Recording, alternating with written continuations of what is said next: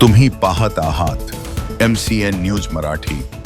बुलढाणा जिल्ह्यातील जळगाव जामोद उपविभागातील वन व महसूल जमिनीवरील कृषी निवासी तसेच इतर अतिक्रमण प्रकरणांबाबत 20 ऑगस्ट रोजी अधिकारी व संघटना पदाधिकाऱ्यांची बैठक घेऊन नियमानुसार पात्र अपात्र प्रकरणांवर कारवाई करण्याचे लेखी आश्वासन जळगाव जामोदचे उपविभागीय अधिकारी शैलेश काळे यांनी दिल्याने भूमी मुक्ती मोर्चाचे प्रस्तावित बैठा सत्याग्रह आंदोलन स्थगित करण्यात आले। भूमी मुक्ती मोर्चा व बहुजन मुक्ती मोर्चाच्या वतीने तालुकाध्यक्ष अमोल ज्ञानेश्वर तायडे यांनी 12 ऑगस्ट रोजी SDO काळे यांना निवेदन दिलं। प्रलंबित अतिक्रमण प्रकरणे तातडीने निकाली काढून पात्र लाभार्थ्यांना नियमानुसार जमिनीचे पट्टे वाटप करावेत अशी मागणी करण्यात आली। परत करण्यात आलेले वनदावे पुन्हा स्वीकारून फेरविचार करावा, निवासी अतिक्रमणांचे सर्वेक्षण करून पात्र अतिक्रमण धारकांना कायमस्वरूपी पट्टे द्यावेत, तसेच E-क्लास व 1990 पूर्वीचे पुरावे असलेल्या अतिक्रमण धारकांची ऑनलाईन नोंदीतून कमी झालेली नावे तलाठी नमुना E मध्ये नोंदवावीत अशी मागणी संघटनेने केली। या आंदोलनाला काँग्रेस नेते अविनाश उमरकर यांनी पाठिंबा दिलाय। आमदार डॉक्टर संजय कुटे यांचे स्वीय सहाय्यक निलेश शर्मा यांनी निवेदन स्वीकारून आदिवासी मागासवर्गीय व इतर अतिक्रमण धारकांना हक्काच्या जमिनी मिळाव्यात यासाठी संबंधित मंत्र्यांकडे पत्रव्यवहार करून पाठपुरावा करण्याचे आश्वासन दिले। आंदोलनात शेकडो भूमिहीन व अतिक्रमण धारक सहभागी झाले होते। MCN न्यूज मराठीकरिता गजानन सोनटक्के, जळगाव।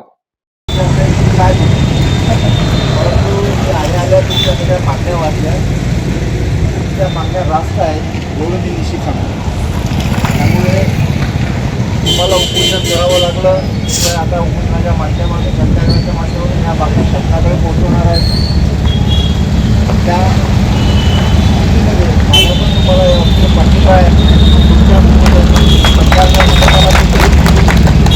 सर्व माहिती व्यवस्थितरित्या आणि माननीय आमदार महोदयांना कळवतो आणि त्यांच्या माध्यमातून यांच्या किती माहिती आहे किती मागण्या या आपण करू शकतो आणि आपण याचा राहिलेल्या मागण्यांचा पाठपुरावा कसा करू शकतो ही बाब शासनाकडे, प्रशासनाकडे व माननीय आमदार महोदयाच्या माध्यमातून मुख्यमंत्री महोदयाकडे पोहोचवण्याचं काम निश्चित केलं जाईल अशी ग्वाही देतो। धन्यवाद। पॉझिटिव्ह चर्चा केली की या भागातल्या आदिवासींचा जो मूलभूत प्रश्न आहे त्यांच्या जमिनीचं या बाबतीमध्ये तात्काळ बैठक बोलवतो।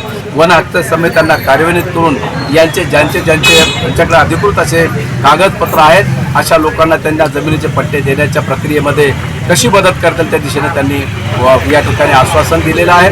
येत्या 8-10 दिवसामध्ये ते बैठक घेणार आहेत असं ते बोलले असल्यामुळं आम्ही या लोकांच्या भावनांना आवर घालून पुढची लढाई कशी तीव्र करता येईल या ठिकाणी सांगण्यासाठी मी या ठिकाणी आलेलो आहे। या ठिकाणी जर का प्रशासनानं येत्या 8 दिवसामध्ये या संग्रामपूर तालुक्यातील, जळगाव जामोद तालुक्यातील दलित आदिवासींच्या वन हक्काच्या प्रश्नाच्या बाबतीमध्ये, महसूल जमिनीच्या प्रश्नाच्या बाबतीमध्ये, शेतकऱ्यांच्या, अतिवृष्टीग्रस्त शेतकऱ्यांच्या, नागरिकांच्या त्यांच्या नुकसानीच्या बाबतीतला, आर्थिक मदतीच्या बाबतीमध्ये, त्यांच्या शबरी, रमाई, घरकुल आणि इतर OBCच्या घराच्या बाबतीत घरकुल जे निवासी पट्ट्याच्या बाबतीमध्ये जो शासन निर्णय याची अंमलबजावणीच्या बाबतीत जर ठोस अशी कारवाई जर केली नाही तर या ठिकाणी भूमी मुक्ती मोर्चा आणि बहुजन मुक्ती मोर्चाच्या मध्ये तीव्र स्वरूपाचं आंदोलन छेडलं जाईल असा इशारा या ठिकाणी